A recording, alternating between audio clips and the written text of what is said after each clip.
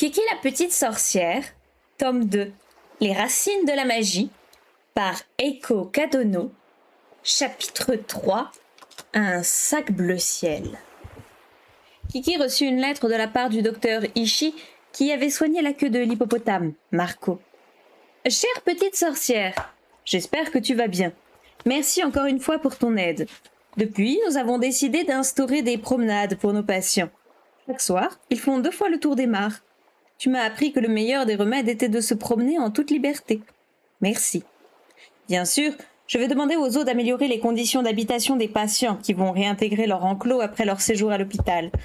D'ailleurs, comment va la queue de Marco ? Pour tout te dire, elle a été tressée à l'aide de crins de la queue d'un cheval.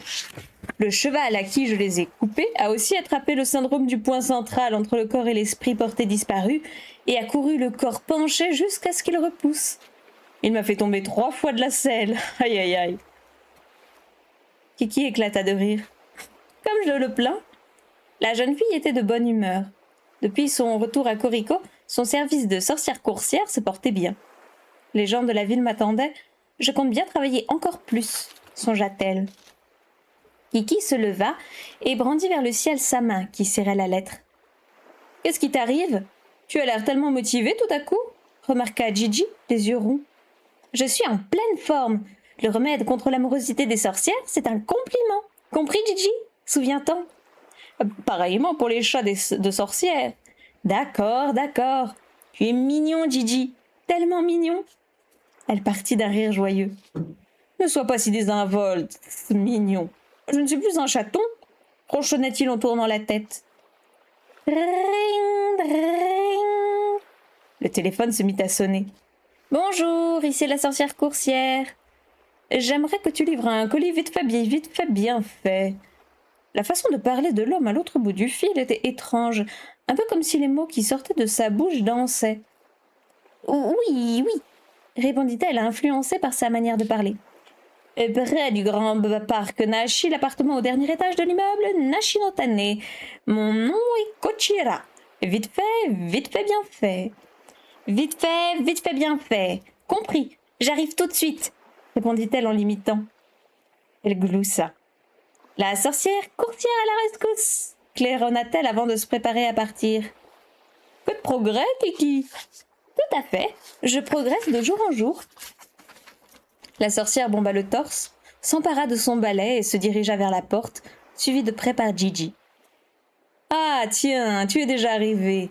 Merci, fit Kochira en faisant trembler sa moustache en guidon. J'ai un peu honte de le dire, mais l'autre jour je me suis coincé la main droite dans une porte, une main si précieuse pour mon travail. Regarde, elle est toute gonflée. J'ai voulu préparer du thé, vite fait, bien fait, et mes doigts se sont bloqués à l'intérieur du placard. Le reste de mon corps se tenait de l'autre côté et... Grenouille. Grenouille ? Non, les grenouilles, c'est pour mon tour de magie. Oui, c'est bien moi, je suis le magicien Kochira, oui. L'homme se lissa la moustache de la main gauche et fit un petit salut. Mon disciple Chirali va me remplacer lors du spectacle de ce soir. Comme on ne fait jamais appel à lui, ses accessoires se sont couverts de moisissures. Bon, c'est aussi la faute de son maître. Mais j'aurais assez d'excuses à fournir à ce sujet pour bâtir un immeuble de 36 étages. J'aimerais donc que tu lui livres ce sac vite fait, bien fait. Chilali doit repasser son costume, c'est pourquoi il ne peut pas venir le chercher. Et moi, comme tu peux le constater, je ne suis pas à même de porter un sac aussi lourd d'une seule main. C'est impossible. Quel piètre duo d'artistes nous sommes. D'accord. Ne vous en faites pas, acquiesça Kiki d'un air déterminé. Mais elle avait les idées embrouillées, comme si elle venait d'assister à un tour de magie. Le voici. Kochira ouvrit la porte du placard duquel il extirpa un énorme sac. La jeune fille poussa un petit cri. Le sac était constellé de jolis nuages sur fond bleu ciel et possédait un fermoir doré. Ce sac contient tout l'art du magicien Kochira qui se trouve devant toi. Tu me connais, n'est-ce pas ? Ce n'est pas pour me vanter, mais je rencontre un franc succès en ville. Le titre de mon spectacle est « En veux-tu, en voilà, du sac ça jaillira ». Je ne peux pas me permettre d'annuler la représentation de ce soir. Donc, bon, Pourrais-tu le livrer à Chirari au théâtre de variété de l'avenue Tsugumi? Vite fait, bien fait. En revanche, fais bien attention à ne pas trop toucher au fermoir doré, s'il te plaît. S'il s'ouvre, ce sera terrible, terrible, car il renferme tous les secrets de mes tours. C'est bien compris. Kiki souleva le sac. Il était plus lourd qu'elle ne l'imaginait, si lourd qu'elle chancela. Il y a beaucoup de choses à l'intérieur, dit le magicien en lui faisant un clin d'œil. En fait, voici en guise de remerciement.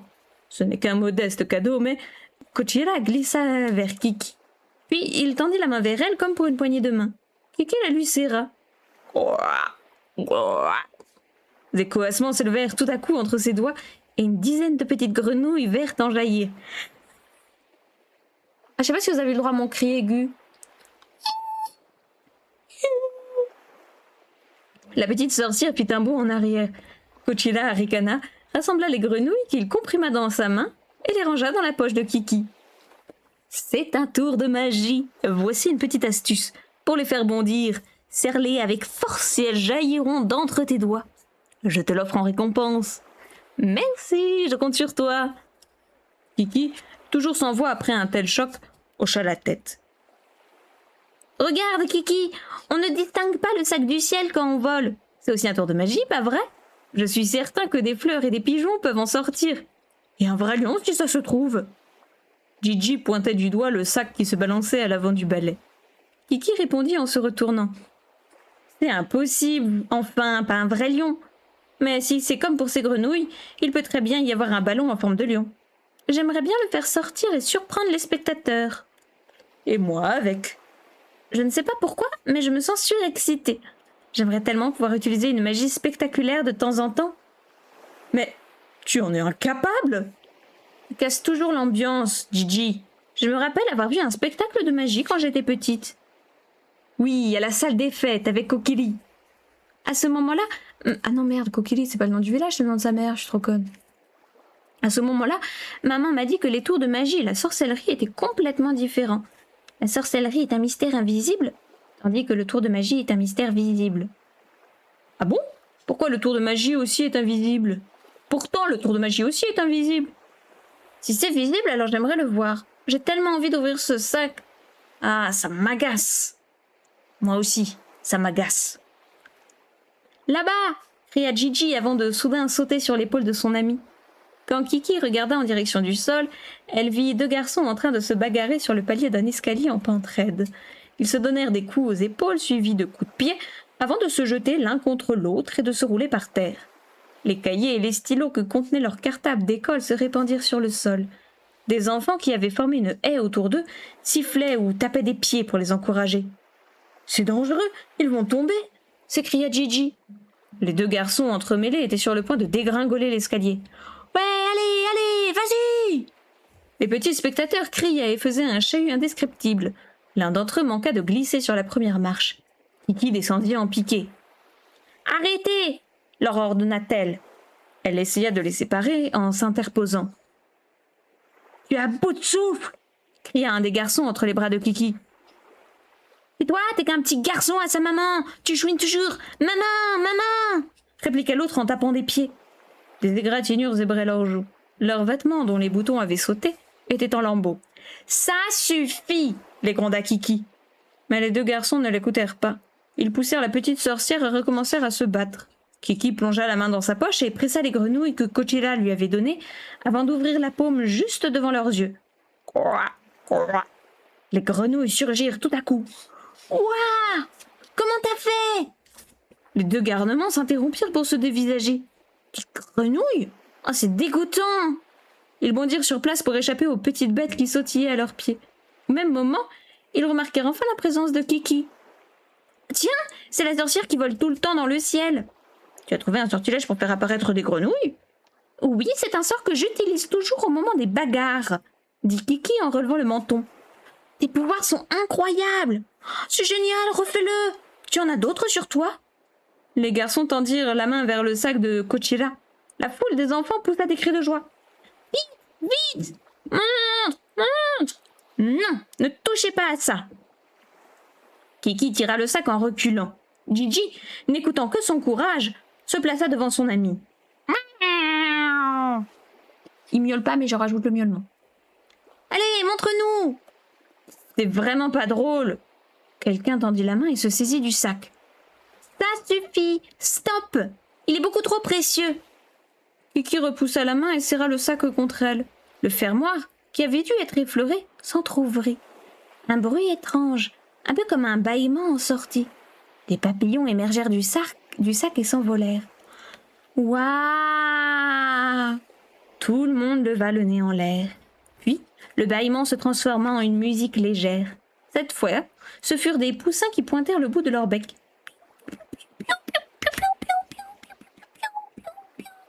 Ils sortirent en pépiant et se dirigèrent vers le ciel. Bouche bée, les petits spectateurs ne purent que regarder la direction dans laquelle ils étaient partis.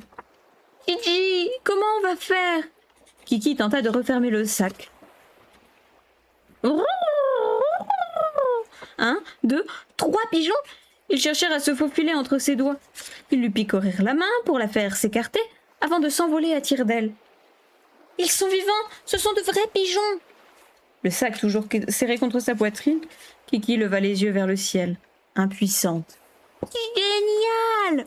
C'est une vraie sorcière, il n'y a pas de doute !» D'abord surpris, les enfants en devinrent agités. Ils sautaient d'excitation. Certains frappaient dans leurs mains, tandis que d'autres criaient à plein poumon « Encore! Encore! Sors-en encore! Allez, sorcière! Encore !» Ce n'était vraiment pas le moment. La jeune fille attrapa son balai abandonné à côté d'elle et appela Gigi, qui s'accrocha au branchage vaille que vaille. Elle commença à décrire des cercles dans le ciel dans un vol un peu chaotique, à l'image de ce qui se passait dans sa tête. Puis, elle décida enfin de la direction à emprunter. Peu importe ce qui a bien pu se passer, nous devons aller au théâtre. Chilali nous attend.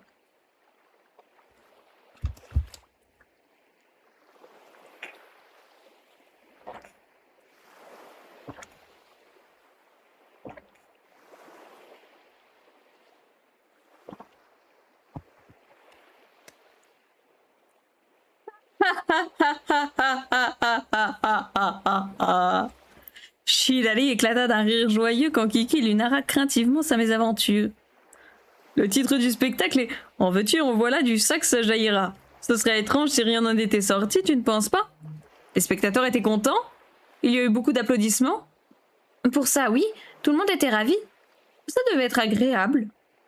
Oui, un peu. Bon, tant mieux. Enfin, il faut remettre le sac en ordre. Allez, vite fait, bien fait, voyons voir. Chilali parlait exactement de la même manière que Cochilla. Il prit le sac des mains de Kiki, le caressa doucement et entrouvrit le fermoir. Il ferma un œil et se pencha pour regarder à l'intérieur. Ça s'est arrêté aux pigeons? Tant mieux, tant mieux. Le reste est toujours là? Il y en avait encore? Bien sûr, puisque en veux-tu, en voilà, du sac ça jaillira.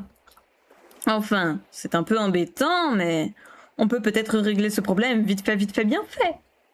Les papillons et les poussins étaient des faux. Je peux utiliser les miens, même s'ils sont un peu moisis. Mais les pigeons, eux, étaient vrais.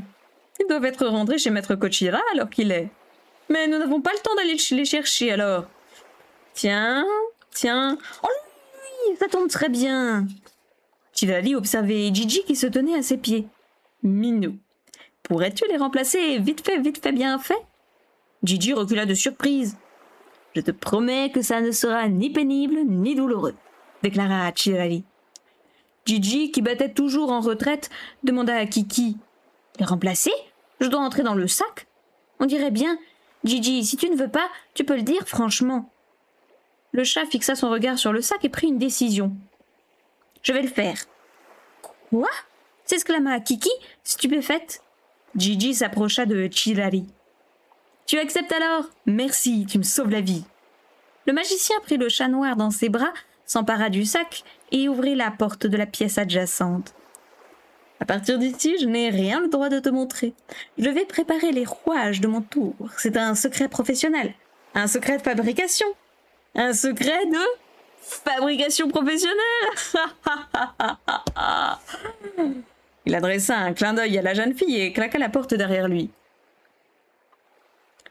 Chilali réapparut un peu plus tard, en tenant le sac qui était encore plus gonflé qu'avant.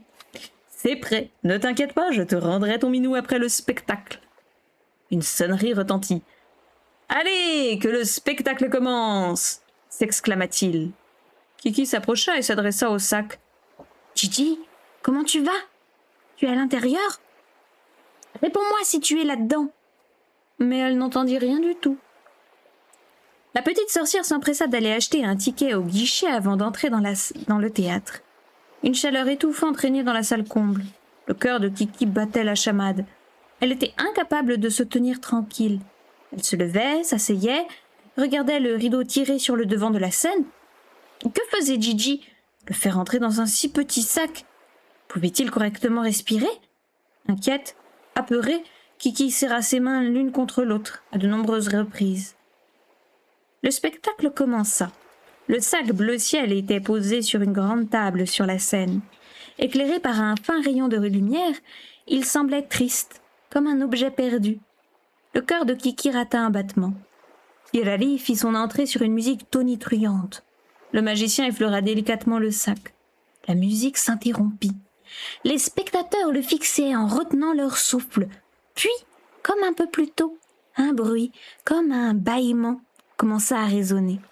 Des papillons sortirent du sac entr'ouvert et virevoltèrent en direction des spectateurs. Ensuite, ce fut le tour des poussins. Ils se dandinèrent sur leurs petites pattes et s'envolèrent dans une ligne parfaite. Les applaudissements éclatèrent dans la pièce. Hilary, l'air fier, posa la main droite sur son cœur et salua la foule. Mais Kiki ne pouvait détourner les yeux du sac. Gigi était censé remplacer les pigeons. Si tel était bien le cas, il allait faire son apparition d'un moment à l'autre. Le son d'une trompette retentit dans la salle. Le sac s'ouvrit en grand. Kiki se pencha en avant. Mais ce furent des mains de femmes et non Gigi qui en sortirent. Les mains se mirent à bouger en cadence avec la musique. L'une caressait l'autre. Elles semblaient se parler, puis commencèrent tout à coup à se bagarrer. Les spectateurs éclatèrent de rire. « Encore, encore !» cria une voix. L'empoignade se calma peu à peu et les deux mains se serrèrent gentiment. Une poignée de main. C'est bizarre cette phrase. Et les deux mains se serrèrent gentiment une poignée de main.